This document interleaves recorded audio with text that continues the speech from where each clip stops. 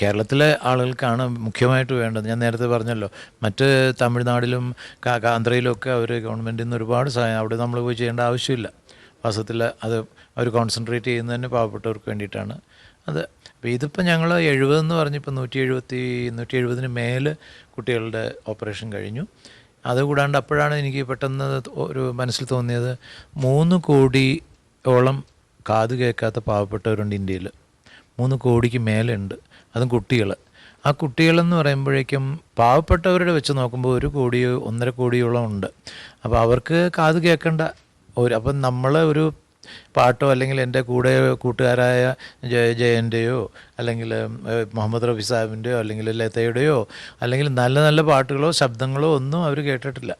അത് തന്നെയല്ല. അപ്പം ഞാൻ വിചാരിച്ചു, ദൈവമേ, അപ്പോൾ എത്രയോ കോടിക്കണക്കിന് കുട്ടികൾ നമ്മുടെ പാട്ട് കേൾക്കാതെ ഉണ്ട്, അല്ലെങ്കിൽ ഞങ്ങളെപ്പോലുള്ളവരുടെ പാട്ടോ അല്ലെങ്കിൽ നല്ല പ്രസംഗങ്ങളോ നല്ല ഇതെല്ലാം കേൾക്കാതെ ഉണ്ട്. അപ്പോൾ അവർക്ക് എന്തെങ്കിലും അങ്ങനെ എനിക്കൊരു കടപ്പാടുണ്ടെന്ന് മനസ്സിലായി. അപ്പോൾ ഞാൻ ഉദ്ദേശം വെച്ചാൽ, നമ്മളെപ്പോഴും പറയും ശ്രുതി മാത ലയ പിത എന്ന് പറയും.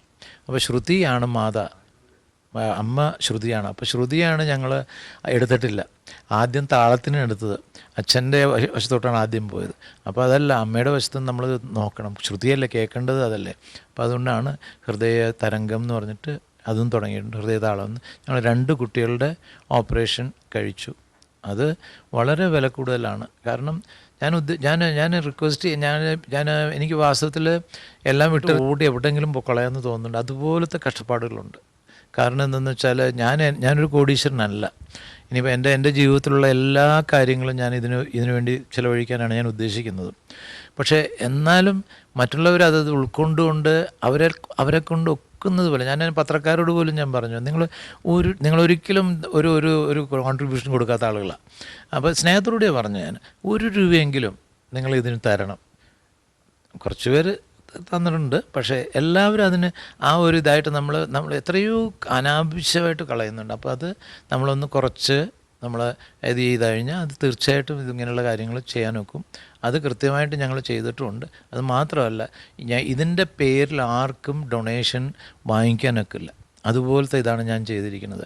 ആ ബാങ്കിൽ 1 രൂപയാണെങ്കിലും ബാങ്കിലോട്ട് ഇട്ടാൽ മതി. അത് ഇറ്റ് വിൽ ഗോ ടു ഞങ്ങളുടെ അക്കൗണ്ടിൽ പോകും. ആ അക്കൗണ്ടിൽ നിന്ന് ഞങ്ങൾ ചെക്ക് ആർക്കും എഴുതാനുള്ള അനുവാദമില്ല, എനിക്ക് പോലും എഴുതാനുള്ള അനുവാദമില്ല.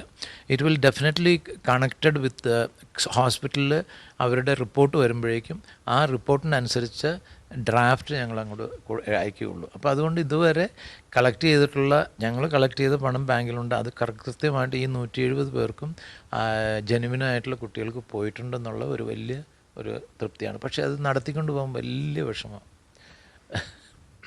ദാസേട്ടാ, പ്രവാസി മലയാളികൾ സാധാരണ കേരളത്തിലുള്ളവരെ അല്ലെങ്കിൽ പാവപ്പെട്ടവരെ സഹായിക്കാൻ സാറിന് മുന്നിട്ടിറങ്ങാറുണ്ട്.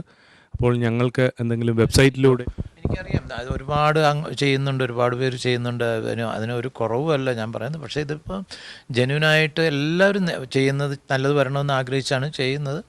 അതിൽ ചില പാവപ്പുഴകളൊക്കെ വന്നിട്ടുണ്ടാവാം. പക്ഷേ മിക്കവാറും നല്ല സദുദ്ദേശത്തോടുകൂടി തന്നെയാണ് എല്ലാവരും ചെയ്തിട്ടുള്ളത്. പക്ഷേ ഞാൻ പറയുന്നത്, അത് എല്ലാവരും ശ്രദ്ധിച്ച് ചെയ്തിട്ടുണ്ടെങ്കിൽ നല്ലതാണ്. ഇപ്പം ഇത് ഞങ്ങളുടേത് മാത്രമായിരിക്കും എല്ലാം നല്ലതെന്ന് ഒരിക്കലും ഞാൻ പറയില്ല. ആര് ചെയ്താലും, ഏത് കൂട്ടർ ചെയ്താലും അത് നല്ലതാണ്. ഞങ്ങളുടെ ഇതിന് ഹൃദയതാളം എന്നുള്ള .com പോയാൽ you can get all the result. ഇപ്പോൾ എത്ര ചെയ്തു, എത്ര പിള്ളേർ ഓപ്പറേറ്റ് ചെയ്തു, എല്ലാം അതിനകത്ത് ഹൃദയതാളം .com അതിന് പോയാൽ മതി.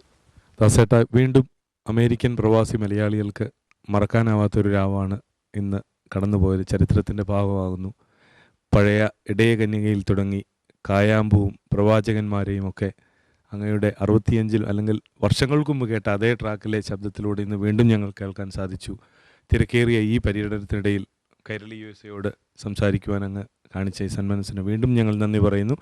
അതുപോലെ തന്നെ അങ്ങയുടെ പ്രൊജക്റ്റുകളൊക്കെ വിജയമാവാൻ ഞങ്ങൾ പ്രവാസികൾക്കും അതിൽ താല്പര്യമുണ്ട്. പ്രാർത്ഥിക്കുന്നു, ആശംസിക്കുന്നു. വളരെ നന്ദി. ഹൃദയം തുറന്ന് നന്ദി. കാരണം എന്തെന്ന് വെച്ചാൽ, ഇന്നത്തെ പരിപാടിക്ക് നമ്മൾ ഉദ്ദേശിക്കുന്ന പോലെ ആളുകളുടെ പ്രതികരണം ആണ് ഇതിനകത്തുള്ളത്. അതായത് കേൾക്കുന്നവരുടെ, അതായത് ശ്രോതാക്കളുടെ പ്രതികരണത്തിനാണ് ഇതിന് വാല്യൂ. ആ പ്രതികരണത്തിൽ എന്തെങ്കിലും പാവപ്പുഴകൾ വന്ന് നമ്മൾ പൊളിഞ്ഞു. അതില്ലാതെ ഇന്ന് നമ്മൾ ഉദ്ദേശിച്ച ഗാനങ്ങളിൽ ഭൂരിഭാഗവും ഒന്നോ രണ്ടോ മാത്രം ഞാൻ സാഗരമേ പാടണമെന്ന് വിചാരിച്ചിരുന്നു, അത് നടന്നില്ല. സന്ധ്യമയങ്ങും അത് പാടാനൊത്തില്ല. പിന്നെ ഒരു മെഡ്ലി കുറേ പാട്ടുകളൊക്കെ അതിന് ടൈമില്ലാണ്ടായിപ്പോയി. പക്ഷേ എന്നാലും എല്ലാം മിക്കവാറും ഒരു 3 പാട്ടൊഴിച്ച് ബാക്കി എല്ലാം പഴയ പാട്ടുകളായിരുന്നു. ആ പാട്ടുകളെല്ലാം ശ്രദ്ധിച്ചിരുന്ന് എല്ലാവരും ആസ്വദിച്ചു എന്നുള്ളത് വലിയൊരു സന്തോഷമാണ്. കാരണം സാധാരണ ഇപ്പോഴത്തെ ട്രെൻഡ് അനുസരിച്ച് എല്ലാവർക്കും ഒന്നിങ്ങനെ ഇളകണമെന്നൊക്കെയാണല്ലോ. അതല്ലാത്ത നല്ലൊരു ഒരു ഒരു ഒരു ഒരു പ്രത്യേക ഓഡിയൻസുമായിരുന്നു. അവരുടെ എൻകറേജ്മെൻറ്റ് ഞങ്ങൾ ഫീൽ ചെയ്തിട്ടാണ് ഞങ്ങൾക്ക് ഇത്രയും ക്ഷീണമൊന്നും ഇല്ലാണ്ട് പാടാനൊത്തത്. ഇതാണ് ഏറ്റവും വലിയൊരു യോജിപ്പ് എന്നുള്ളത്. അതായത് ഓഡിയനും ഒരു ആർട്ടിസ്റ്റും തമ്മിലുള്ള ബന്ധം വരുന്നത് രണ്ടു കൂട്ടരുടെയും വൈബ്രേഷൻ ഒരുപോലെ പോകണം, അല്ലെങ്കിൽ അവിടെ എല്ലാം തകരാറാകും. അത് ഇന്ന് ഞാൻ വളരെ വളരെ കൃതാർത്ഥനാണ്. പ്രത്യേകിച്ച് സംഗീതത്തിൻ്റെ പേരിൽ ഞാൻ നന്ദി പറയണം. ഞങ്ങളുടെയൊക്കെ പഴയ ഗാനങ്ങളെ ഇപ്പോഴും മറക്കാതെ അതിനെ ശ്രദ്ധിച്ച് കേട്ടതിന് പ്രത്യേകിച്ച് സംഗീതത്തിൽ ബന്ധപ്പെട്ട എല്ലാവരുടെയും പേരിൽ, സംഗീതത്തിനോട് ഇഷ്ടപ്പെടുന്നവരുടെ പേരിൽ ഞാൻ നന്ദി പറയുകയാണ്. ഈ അവസരങ്ങൾ മറ്റുള്ളവർക്കും ഉണ്ടാവട്ടെ ഞാൻ പ്രാർത്ഥിക്കുകയാണ്. വീണ്ടും ഇത്തരം ഒരു അവസരം തന്നതിന് കൈരളി യുഎസ്എയുടെയും അമേരിക്കയിലെ എല്ലാ പ്രവാസി മലയാളികളുടെയും പേരിൽ അങ്ങേക്കുള്ള നന്ദി വളരെ നന്നായി.